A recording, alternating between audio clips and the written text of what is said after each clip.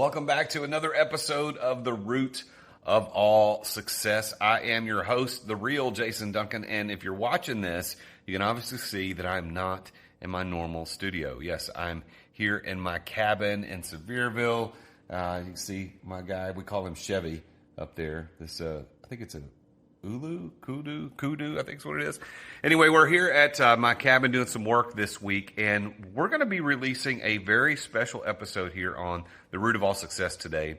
A couple of months ago, I sat down with Jason Yarusi, who has a podcast called Live 100, and he had me on as a guest. And it was a great conversation, Jason asking Jason questions, but not like episode 300 when I interviewed myself. This is actually another guy named Jason interviewing me on his podcast. And it was such a good interview, I thought I would release it as a special episode. So please enjoy this and go check out on Spotify and Apple Podcast, the Live 100 podcast with Jason Yarusi. Make sure you follow that, and I think you'll enjoy this. Leave a comment below. If you like these special episodes, I want to hear from you. If you don't like them, I want to hear from you. Put a comment below whether or not you like these special episodes when I release where I'm a guest on the other person's podcast.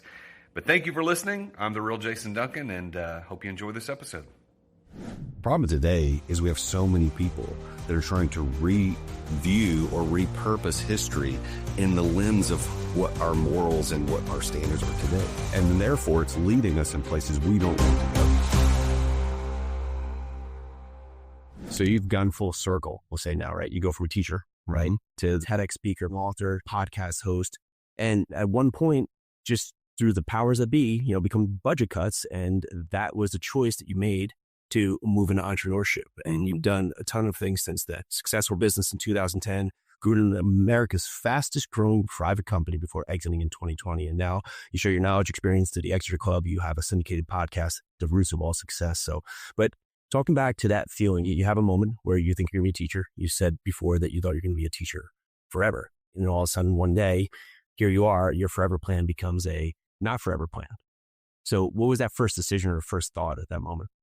Well, when I started teaching school, I didn't really know what I was getting into. I had no idea. I just knew that I wanted to go somewhere and do something where I could make a difference, make an impact on kids or on people's lives. And I chose to do it through teaching school and taught for 4 years. I loved every minute of it. I was the best teacher in the county through test scores. My students performed better than anybody else. I was a model teacher. Other teachers would come and watch me teach. I had my license, I think history, physical education, although I never taught physical education. I did teach math, a couple classes of math, and I had my administrator's license. So I was on track. I never thought I would be not teaching. And it was April of 2011. My principal came to me and he said, what's funny is I saw him in a restaurant the other day. I haven't seen him in a decade, maybe longer than that. And I saw him the other day, but he came to me and sat down and said, I got some bad news. I said, what? He goes, coming out of the Great Recession, we are having to make some budget cuts. And I have 2 positions. I can't keep those contracts on my budget for next school year. And as it turns out, I was the last guy hired. I didn't have tenure. It didn't matter that I was likely the best teacher in that building, if not, the county. He said that, I won't be able to renew your contract. So I could finish the school year, but I wasn't coming back in August. That was a bad day. Mm-hmm. So I went home on my way home that day after school, 3:30 or so. I went by my wife's office, which is not normal. I don't normally go see her. I normally just head on home, do whatever. So I walked in. She's like, what are you doing here? And I told her. And what I didn't know, of course, is she had had a terrible day. Unrelated. She had had a terrible day. And so that just compounded it. And so when she got home that night, it was a lot of tears and like, what the heck are we going to do? And the long story, very short, is I made a decision to start a company and I became an entrepreneur. Now I had started with the company that I committed to. I'd started a year before with a friend, but never intending that to be income. Like it was just something fun to do. So now I had to turn it into money. When you were a teacher, having the best test scores, and this more is, I have a child who's 10, one who's 8, one who's 6. So they're in 5th grade. 8th grade is going to come real quick. To have an impact on kids in 8th grade, that's like that age where you're on that cusp of thinking you know everything, right? And so you don't want to listen to anyone, right? And so that's that age. So as a teacher, and it's probably really carries forward to that, having an impact with others, right? Being able to connect with them, the message translate. What was that thing that you were able to do to get them to really settle in with history, which to some can be the most fantastic subject, and to others could be, something that they don't want to hear anything about. What was that thing that you did that was able to connect and help them really get value out of it? Well, what's interesting as you were describing kids in that age range, 13, 14-year-old kids, is really the last year that they are somewhat interested in what an adult thinks about them, and they don't feel like they're too cool for everybody. They feel cooler than most, but they still have this interest and they want to please an adult. And then by the time they become a freshman in high school, brain damage is fully set in, and they don't care about anything. And they think they're better than everybody else and know more than everybody else. So I didn't want to teach high school for that reason. But you ask, what did I do? I don't know that it's any one thing that I did. I just think that it's a matter of attempting to truly connect and truly care for people. And in this case, a 13 or 14-year-old kid. Now, I taught school, the last year I taught school was in 2011. Cell phones weren't as ubiquitous as they are now. I think one student had a cell phone in my 8th grade class, one. And they were not allowed to use them at all in the building. It was illegal. They could not use cell phones. I don't know what I would do if I was a teacher today and had to deal with that mess. But so kids back then are different than they are today. I would connect with them. And as far as the history part goes, I just made it story time. It was story time with Mr. Duncan because history is just stories. And I told him, I said, there's 5 dates you need to remember. Like, you need to know July 4th, 1776. You got to know that date. As an American, you got to know it. But out of the 5 dates that they need to know, I said, I just want you to know things in order. So we're going to tell stories in order so you can understand what happened with early exploration with Columbus and what happened up to the Civil War is what I taught. So connecting with them and caring about them. I see so many teachers who don't care. They really are mailing it in. They just are there for a job, and they treat the, it's like, I mean, you and I were in school at one point a long time ago, and our levels of coolness and influence in school, like everybody had a different level, right? There was the popular kids, there was the not popular kids. And a lot of teachers I found were probably in the lower end of that continuum. And now they're in a school building and they have all the influence and they wield it as such. And I never wanted to be that way. When we moved here, so we moved here in 2020, one of the big things for us moving is that, we had up in New Jersey, it was like romper room with like, some days you're on Zoom, they're like the Zoom classes were like 7 minutes, and they were like 13 minutes. And like, I had kids at the time, they're like, 2, 4, and 6. So they're on like Zoom, and like, you could just see the teachers, they were either defeated or just not fully, engaged. And that was that moment I was like, this is, if there's a time we talk about moving, there's no better time than now. Because we want to get to a point, like get down to Tennessee, they could go back to school, they could be connected. And I mean, it's hard. You have kids for years that just didn't have that connection. I have a couple, my kids' cousins that I see that effect. They just weren't out with other kids. And so to lose that connection and now to come back to school and you feel like foreign, and that you're going to see this. I don't know. You're going to see this in the next decades to come, like that people don't show up. Like I'm in a mastermind. There's a guy who's a headhunter there, and he will say that, kids who are going out for interviews, they'll be like, for high position jobs, will just no show. And they're walking into like a $250,000, $300,000 interview. And today they'll just no show, no communication, just not show. And he's like, it's not like 1 or 2. He's like, it's happening like 40 to 45% of the time, where no matter how much prepared I'll like 7 conversations with them, and then out of nowhere, they'll just not show up. And I don't know if it's a point of just not feeling prepared or just not feeling connected or just not feeling confident, but you just like, you look at that and you say, well, that hurts, right? You feel a little bit lost. And with that, it like blurs the lines of just saying, okay, like, what are we truly doing? And so you look at history, you have this point here where you go back to you as history and you look forward to what we're doing. What can we learn from history to today to really put ourselves in position to say, okay, let's not repeat what hasn't worked before? Well, I think that's the main lesson that history teaches us, is that there were certain actions done by certain people in certain situations that led to certain outcomes. Okay, do you want that outcome? Well, then you probably should do the things in a certain way that they did. If you don't want that outcome, you probably shouldn't do it. The problem with today, and it's going to sound political, but it isn't. The problem today is we have so many people that are trying to review or repurpose history in the lens of what our morals and what our standards are today. And then therefore it's leading us in places we don't want to go. So they look back and say, okay, slavery was bad. I don't think anybody would disagree with it. Everybody would say, yes, it was bad. And then they would say, well, today we can't do X because of that. Our standards are different today, like they're completely different. And I don't want to get into too many examples. This is not a political show, but then they say, okay, based on that, we have to go this way. And that's the whole thing you see with Columbus, being denigrated. We should just erase Columbus from the whole history because of what ended up happening with the indigenous people.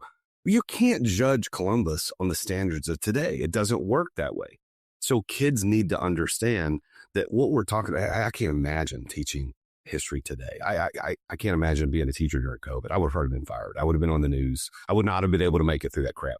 But you can't judge Columbus on the standards of today in anticipation of a future that doesn't exist.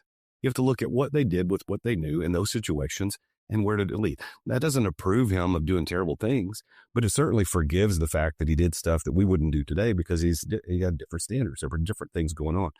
So I think that's one thing, but I also believe that you have to look at what outcome do you want. History is a great teacher.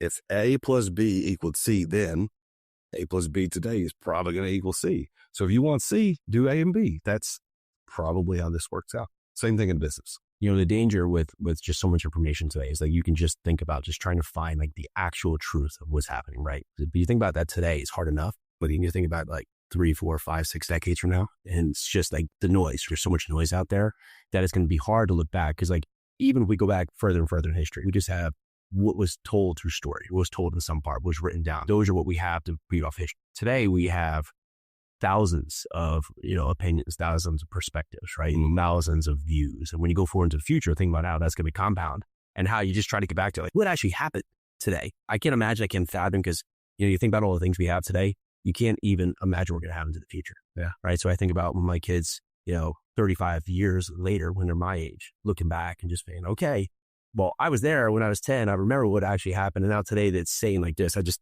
it's a aside, but just trying to think about how we're going to view the future and view the past when we're that far into the future. I think that's a wise perspective. You've got to look at the reality is history is written by the winners. I mean, the losers aren't around to write history. And you could say that's terrible and, we need the other side. Okay, we do, but it ain't terrible. That's just the way the world has always been. History is written by the winners. But that doesn't discount the fact that we need the voice of the people on the other side. There are bad things that have happened, winning, lose, that we need to look at the perspective of what happened because the history may ultimately say, well, the winners were actually the bad people in these situations. Okay, if we one day find that out, then we can go back and say, well, what did the other side think? So we need to record what's going on. We need to look at what's happening. That's why history is so important. I think you can look at that in business. You can look at finances. I think finances is a very interesting thing because people today don't have any financial literacy. And like if you look at it in terms of a spectrum, 100% is, everything there is to know about money.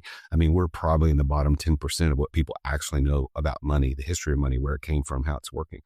Well, if we want to have a better future financially, and you don't understand where money came from and how it works, that's going to be difficult. And so the winners of the money story is usually the federal government. And it's usually people that are in the top 1% of 1%. Okay, they are writing the history because they won. Well, that doesn't mean we can't go back and look at the other side. Well, where did this actually come? So one of my favorite books on finance is The Creature from Jekyll Island. Have you ever heard of this book? I've heard it, but I've not. Oh, everybody should go read this book. The Creature from Jekyll Island is a historical account, one person's perspective, but he did the research on what happened when the Federal Reserve was put in place in 1913, 1914. Okay, that is the other voice of the side of the winners, because the winners were the guys that put it together. I think there were, I can't remember the number, 6 guys who went down to Jekyll Island, South Carolina or Georgia. It was on the Atlantic coast, and they put together what ultimately became known as the Federal Reserve. I believe those families were like 6 of the richest families. Yes, yeah. And they were controlled most of the world's resources at that time, because there was all these different bankers and industrial magnates. And they came up with, okay, that was the winning story. The Federal Reserve became a thing, and here we are. We still have it today. But there's a side that we need to understand. That doesn't implicitly make the Federal Reserve bad, although I think it personally, I do. But that doesn't implicitly make it bad. It just makes us understand, okay, well, if this is how money works, I got to play the game, because that's the rules. So I have to play within the game. I got to play within those rules, and I can make differences. That's why you're in real estate. Like, there's a way to make money that doesn't require you to trade 40 hours of your life every week for a paycheck. And you figure that out. Well, you're in a very small percentage of people that are able to do that. And not many people can do that. But you looked at it and said, oh, there's another way. And you figured it out. Had nobody ever done it before you, you probably wouldn't be doing it. There's very few people that figure out something brand new. Yeah. Like, I mean, Solomon said in Ecclesiastes thousands of years ago, there's nothing new under the sun. So there's very few things that we're going to find that, oh, this is new, but it's really a reapplication of things that have happened in the past. So, well, why don't we go look at that and go, can I apply that to real estate? Can I apply that to business? Can I apply that to money? How do I figure this out? And I don't know in your field, but in my field, a lot people try to find the new.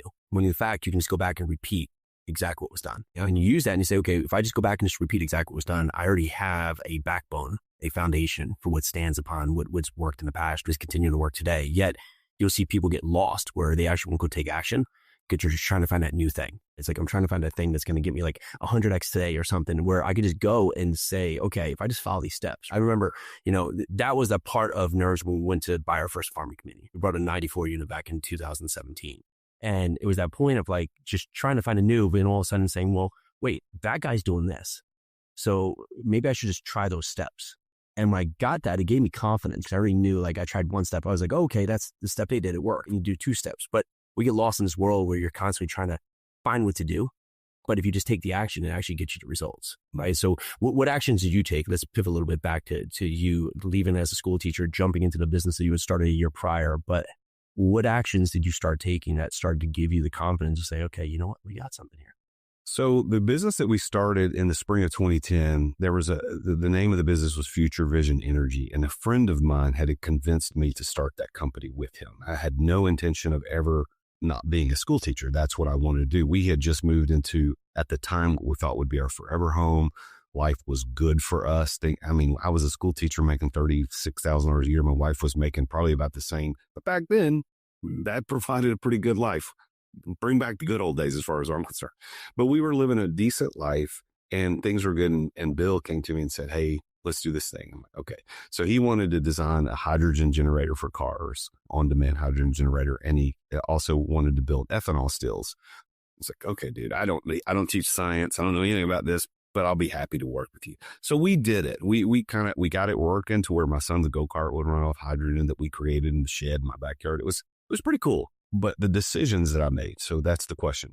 So in spring of 2020 or 2011, when my principal said, hey man, you're not coming back in the fall, first decision, I'm going to go get a teaching job somewhere else. But there weren't any. They're like teaching positions were shut down. And the opportunities that were available, I was being beat out with people that had degrees at Harvard. I can't compete with that. My degree was at Lipscomb, which is a private school here in Nashville, great school. But if you're looking at two candidates, one's from Harvard, one's from Lipscomb, I'm probably losing. And so that was what happened. I couldn't get a job as a school teacher. So I thought, okay, I'm going to have to go in the corporate world. So I just go get a job. So I started applying for jobs. Interesting, you mentioned the headhunter guy in your mastermind, is that I went and worked with a recruiting company and about working as a headhunter for the recruiting company. They weren't recruiting me to work for another company. They were recruiting me to work for them. But I hadn't made the decision, am I going to do something with this business or am I going to go to corporate world? I was straddling the fence. And what I now know is that the pain of indecision is worse than the pain of a bad decision. And so I didn't make a decision. And so this guy, so talk to that a little. The pain of indecision is worse than the pain of a bad decision. Indecision is the worst. It causes so much stress in our lives. It's the praying for what we don't want. That's called worry. When you worry, you're praying for what you don't want. And an moment of, or weeks in my case, of indecision. You haven't made a decision. What, should I do this or do that? You're trying to figure out the perfect way. That pain is worse than if you just made a decision at the beginning. Let's say it turned out to be the wrong one. Okay, that's painful for a moment, maybe even for a couple of weeks, but you could fix it. But the pain of indecision lives with you forever. You take it to the pillow every night. It kills you. It's worry, it's stress. And so what I was living is this indecision, indecisiveness. And the guy interviewing me for this headhunter position, I'd interviewed with him probably 3 or 4 times. And every time he would call me back in, I would put him off for a couple of weeks. Hey, I've got some stuff going on. Can I come in a couple of weeks? And the first 2 times he was okay with it. Third time he's like, Jason, I don't think you're interested in this position, so we formally withdraw our interest. Well, that was the force I needed to push me to make the right decision. So I made the decision to go full in with the company, but I wasn't going to do hydrogen and ethanol. So I went to Bill and said, look, man, this hydrogen and ethanol thing, they ain't going to make any money. I think we need to take it and like pivot this into some other alternative energy conservation rather than creating energy. Let's conserve energy. And I looked at LED lighting at the time for commercial applications, was brand new. And I said, this is going to be the next big wave. Let's do this. Why'd you think it was going to be the next big wave? Well, as it turns out, I was right. I mean, everywhere's LED. There are LEDs everywhere. But I just thought this is going to be a big thing. All these huge hospitals, warehouses, manufacturing facilities have these 400-watt metal halide. They got all these T12 fluorescent lights that consume gobs of energy. 90% of the energy consumption is just turned into heat. Only 10% is turned into light. LEDs are the opposite.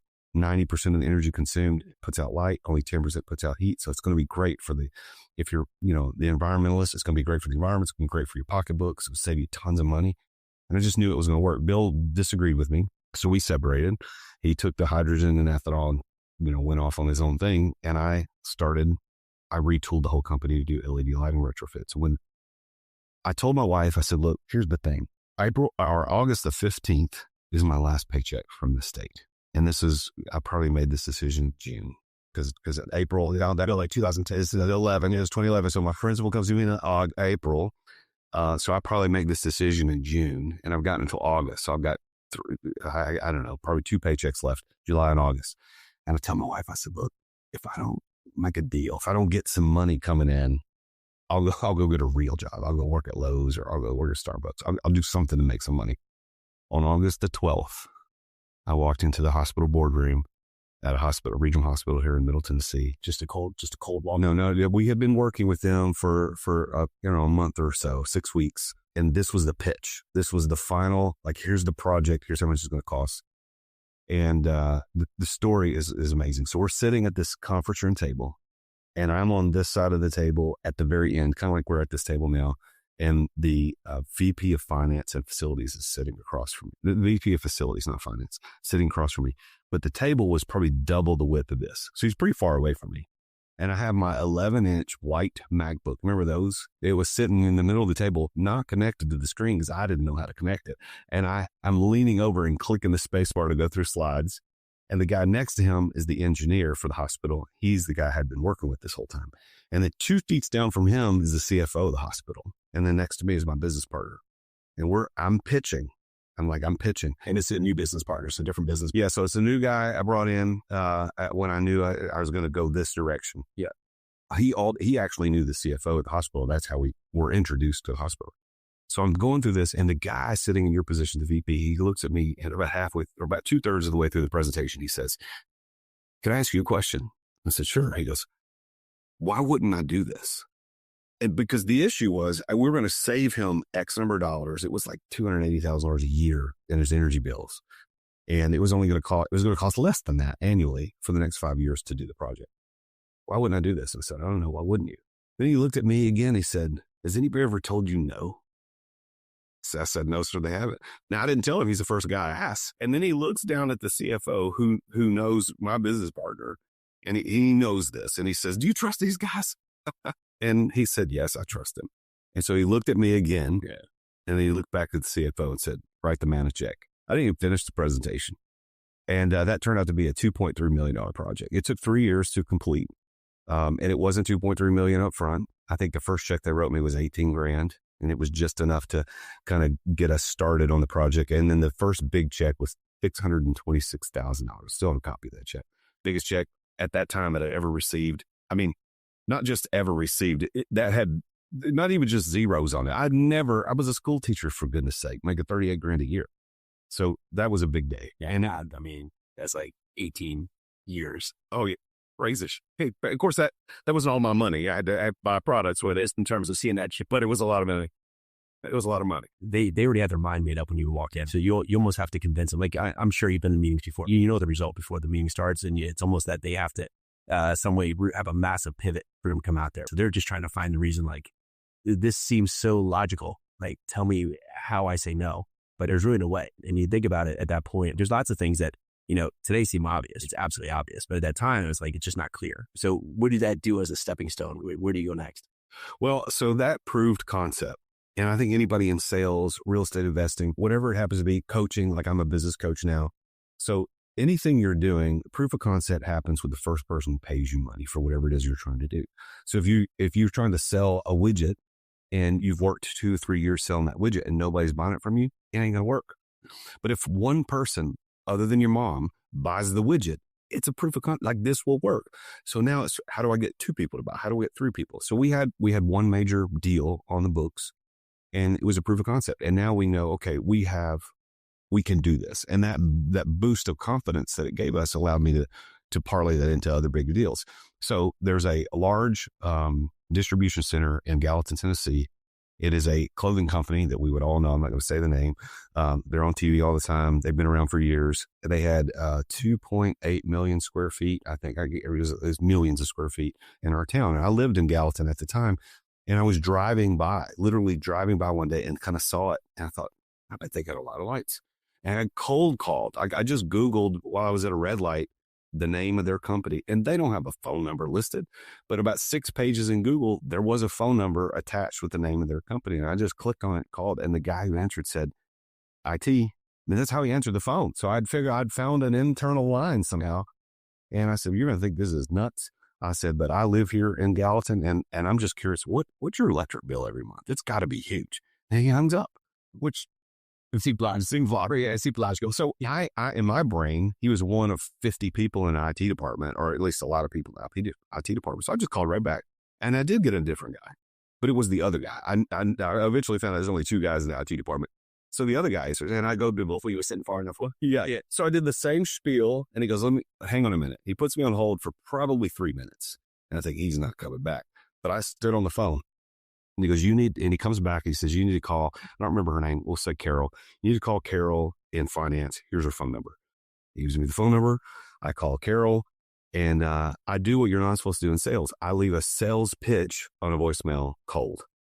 Okay. I thought, what have I got to lose? So I called Carol, left a voicemail. I said, you're going to think this is nuts. And I didn't tell her I was trying to sell anything. I just said, I'm asking about your electric bill. I live here in the blah, blah, blah. And 2 weeks passed, dude. I'd forgotten I'd made the phone call. But the confidence that pitch made gave me the confidence to do something silly, like calling this international company. 2 weeks pass, and I get a phone call out of the blue from a guy named Eric. And Eric introduces himself, and he says, hey, I'm with, and he tells me the name of the company. And he says, I understand you have some questions about our electric bill. What can I help you with? And at that point, I felt like I'm just going to tell him why I was calling. I said, I own this company. I do this. I can help you with your electric bill. I do lighting. Would you be interested in having a conversation? He goes, sure, come on in. We ended up doing millions of dollars with them. We did their entire facility here in Tennessee. We did a facility in New York. They have a facility in California. We did a facility in, I think, Ohio.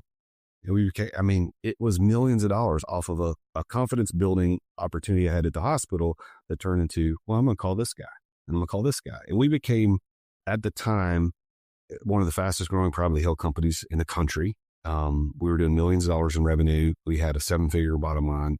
We were killing it. Things were going well. Now, that doesn't mean it wasn't without problems. We had a lot of problems. We had, vendor issues. We had financing issues with some clients, et cetera.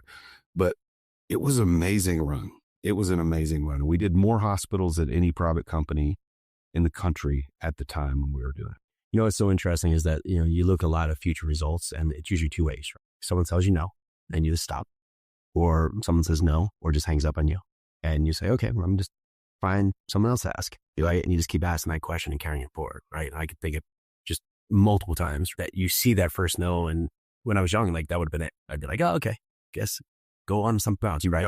But you keep going, and you get the different outcome. You don't know where it's going to go, but it keeps carrying you forward. And it's the same thing here, right? You got that confidence, but even without that confidence, you're still making that call, right? But it's the will and the ability to just pick up the phone again when the first guy says no, or the first go, like just hangs up on you or just yells at you. Yeah. You say, okay, well, maybe she just doesn't know. Because usually the other end, they're not always the right person, right? So maybe they're saying no because it's the easiest, or they don't know, or they don't want to deal with you, or, they have some other conflicting interests in there. And so if you think about that, okay, well, let me just try someone else. And maybe they have a better interest for me, or a better answer for me, or a better result for me. And usually you just keep asking the right question. You're eventually going to get the right person who, like that guy who picked up the phone and called you back, has the right answer, right? And sees the value. Yeah. Right. And that's like a lot with life is like, if you just keep doing that a little bit more, like you don't know what the results are, but usually, we think the outcome, right? Like I think if I make this call, the outcome could be the worst thing possible. So I just won't do it. And that gets back to the, being stuck and not actually making a choice, even if and making a wrong choice could be the better choice. Right. And we get so worried, and worry, that's like the silent killer, right? You can worry yourself to death. Yeah. And where do you go? Nothing comes back from it. confidence is the memory of success. So if we're going to be confident, if we want to be confident, we got to build little successes. So I wouldn't have been as confident making that phone call to an international company had I not had some previous success. And by the way, the hospital wasn't like, I didn't do the hospital and immediately call this big company. It was, we did the hospital, and then I had another little job that we won, and another little job that we won, and we started building. It's like, oh, well, let me just call this. So confidence is a memory of success. So if we need to think about and celebrate our successes. And I know some people have a harder time than that with that than others, but I think we need to stop for a minute. In my mastermind that I lead, the Exeter Club, one of the things that we do, not every single time, but most of our meetings, we go around the horn and share our biggest wins that we've had in the last couple of weeks. Because as entrepreneurs, we're getting beat up a lot. You know, we got wrong, we're showing a lot. You don't get around other people because usually, like, you're not sure, right? You're probably wouldn't, you've come from a teaching background. I don't know what your family did, but you're probably not around a lot of entrepreneurs when you started. So most people don't understand, right? And you go talk to like, wait, what are you doing? Right? And it's just so uncertain. Like, wait, you don't have a job? Like, so you're just, okay. Like, you just can't have that conversation, right? Because they just don't get it. Yeah. Right? And so you get around people, right? You have to talk about that because you just don't have that energy from other people that are in the same direction saying, you know, I don't know how, but I'm going to figure it out. Yeah. And we get beat up a lot. We're alone.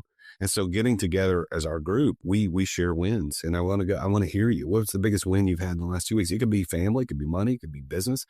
And sometimes it'll be a family thing. You know, one guy will say, well, my daughter did something, blah, blah, it was amazing. Or this happened, or my wife and I did this, or we just celebrated this. But then it could be, hey, I just closed a $10 million deal, or I closed this deal, or I did this, or I just hired my first COO, or I just hired my first assistant. I mean, we need to celebrate those wins because that success, those wins, the memories of those things build confidence. Yeah, absolutely. So you've gone full circle, we'll say now, right? You go from a teacher, right? Back to the business you exited in 2020, right? Yeah. What was the choice to exit? What was the business has grown to the part you were? What was the choice to move on from the business? Well, that's a whole different story. So in 2017, I hired a business coach for the very first time. I didn't even know they existed. So I hired a business coach, and things started really changing in the business for the better. Started making money. We got better. I think business coaches are vital to anybody running a company, and things were going really well. And I think it was in late 2018, very early 2019, I had a conversation with my business coach about the future. What should we do here? And as it turned, at the end of that conversation was, let's sell the company. We had a 7-figure bottom line. We were doing really well. Let's sell it. It's probably worth a lot of money. And his response was unexpected. He said, it's not worth anything. I said, what do you mean it's not worth anything? He said, the very reason you don't want to run it is the same reason nobody will want to buy it. He said, you got a lot of money coming in, but everything's relied upon you. And he said, you're not going to be able to sell it. And I thought, well, explain why, because, you know, some people might not understand that concept, but talk to why. Yeah, that's what makes it. Well, if I'm an investor and I want to go buy a business as an investment, and I find out that the CEO, owner of the business, works 50 hours a week, and it's the sweat of his brow that keeps this thing running, he has to stay with when I buy it, he has to stay. So I have to buy the business and him. He's got to stay. So what does that mean? Well, there's a lot of risk. Like, this business doesn't run without this human. If this human gets hit by a bus, if this human decides to move to, Bangladesh, I'm out. Like, I've lost this business because of this dude. So I'm going to pay 30 to 50% less for that acquisition. Same thing when you're buying apartment complexes. If there's no management team and you like, I have to take rent, I got to screen tenants, I got to manage the landscaping, you're going to pay a lot less because you got to replace all that with somebody else. So businesses have to run by themselves. That's what I discovered. I didn't know that. Nobody had ever said anything to me like that. So for the next 18 months, I doubled down on, well, what can I do to get the business run without me? And I started working towards that. And ultimately, I made the decision not to sell the company, but to hold on to the company, but not have anything to do with daily operations. And I refer to that as exit without exiting. And so people ask, oh, did you exit the business? I moved my office out. I had no office in the building. My employees I met with once a month. My leadership team. And people asked, well, did you sell it? I said, no, I didn't sell it, but I exited. I just didn't exit. And that's how the phrase exit without exiting kind of was born. And then ultimately I ended up writing a book called Exit Without Exiting, kind of telling the story. So that was how I made that decision.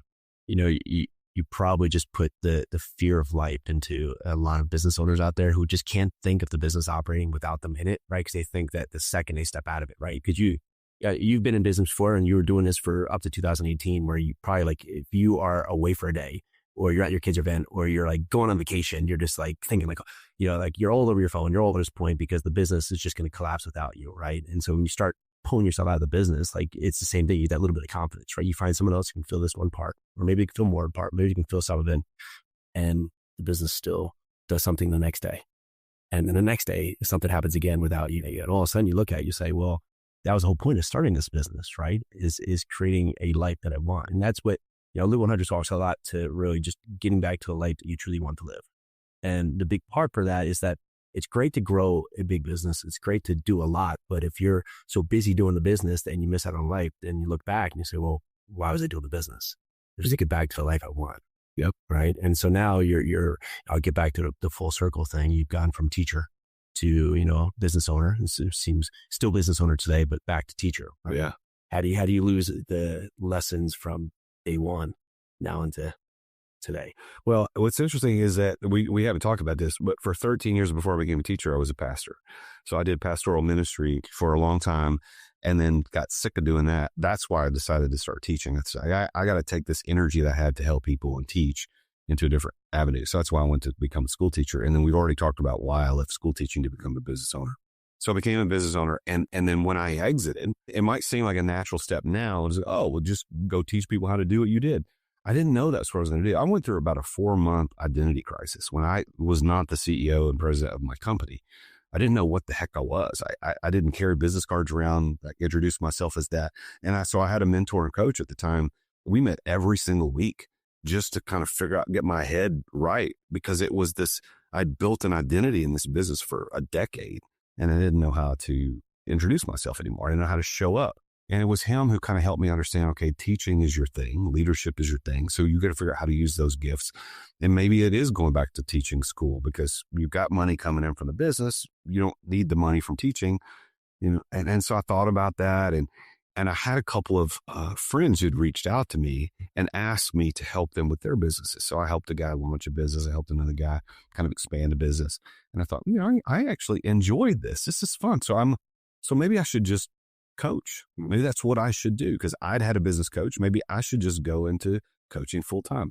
And that's what ultimately happened. But even though I did that, it still didn't seem like that's what I should be doing. It was natural and it was enjoyable.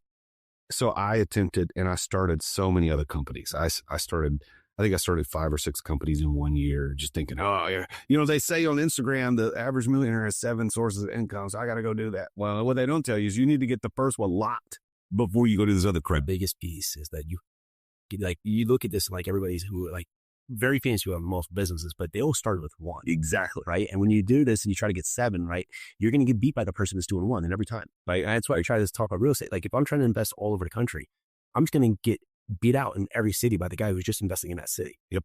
It's the same thing at any level. Oh, I lost hundreds of thousands of dollars in pursuit of my 7 sources of income. I started a hard money lending company. I started a real estate investing company. I started an Amazon store. I started a YouTube channel. I started all these different companies and almost all of them failed. Almost all of them lost money. Almost all of them were a drain on our family finances. So that was a terrible, terrible thing.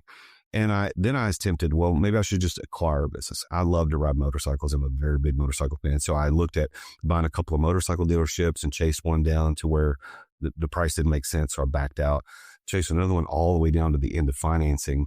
And there was a financing thing that kind of screwed it up. And I could have probably pushed through, but I got a little cold feet, said, I'm not going to do it. So I pulled that. And then last year, just as late as last summer, I made an offer to buy a dealership, car dealership and an RV dealership. And I was going to do that. And I don't know, dude, it was last summer. I think it was in June, July, last summer. I had this awakening of understanding what I always teach my clients is focus. Follow one course until successful. So focus stands for follow one course until successful. And I'd been teaching this and I wasn't doing it. And I thought, my mastermind is doing okay, but it ain't killing it.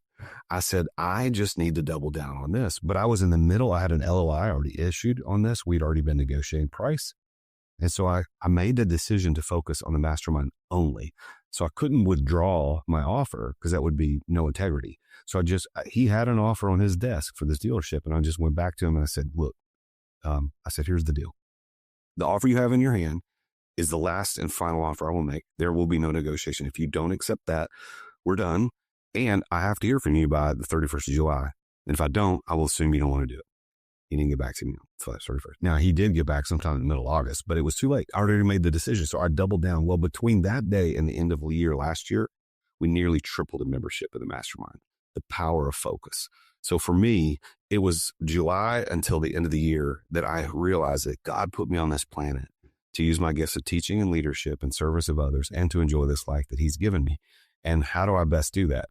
I'm a coach. I don't need to own a dealership. Now I want to, and I will do that at some point, but not until I get this one locked. Because as good as we're doing, we haven't hit the revenue that I need.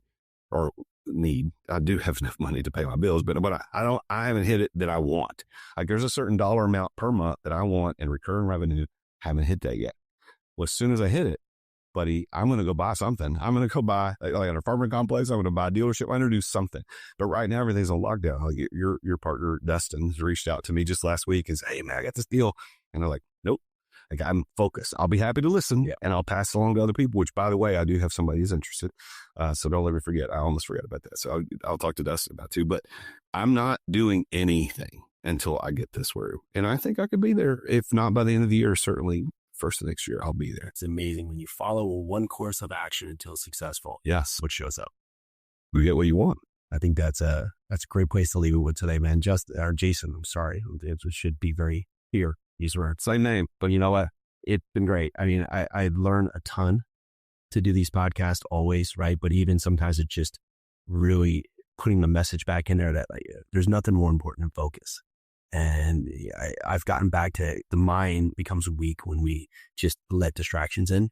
They're constantly distracted. And in time of age, right? Your kids, my kids, even today, like we're just constantly trying to be distracted. Yeah. And when you can just say no, right? We think we're limiting the opportunity, but as you can see, 3 times, the growth in just a very short time, right? Where focus can just lead you to. So congrats on all your success. Thank you so much for coming on the show. If people want to learn more, reach out to you. If you're here in Middle Tennessee, you have a mastermind, some other things, you have a podcast, Roots of All Success, where else should they find you? Anywhere you go to The Real Jason Duncan. So if you Google The Real Jason Duncan, you're going to find me, TheRealJasonDuncan.com. I'm on Instagram, The Real Jason Duncan, YouTube, The Real Jason Duncan. Just go look up The Real Jason Duncan. You're going to find me. Jason, this is awesome. Thanks so much for coming on the show. Thank you.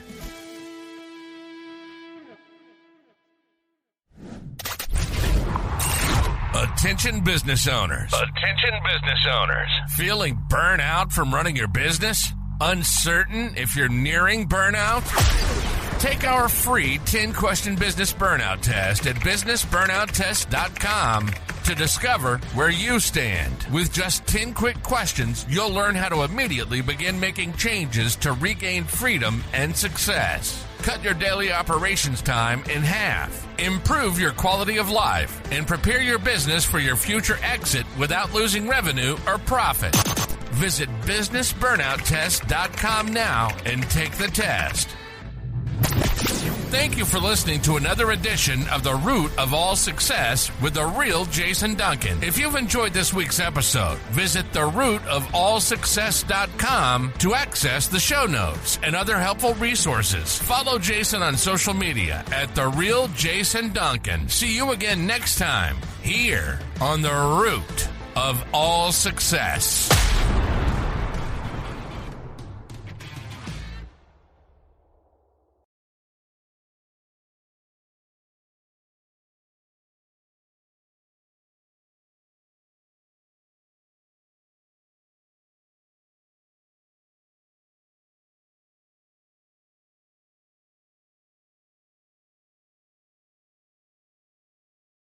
This podcast is a part of the C-Suite Radio Network. For more top business podcasts, visit c-suiteradio.com.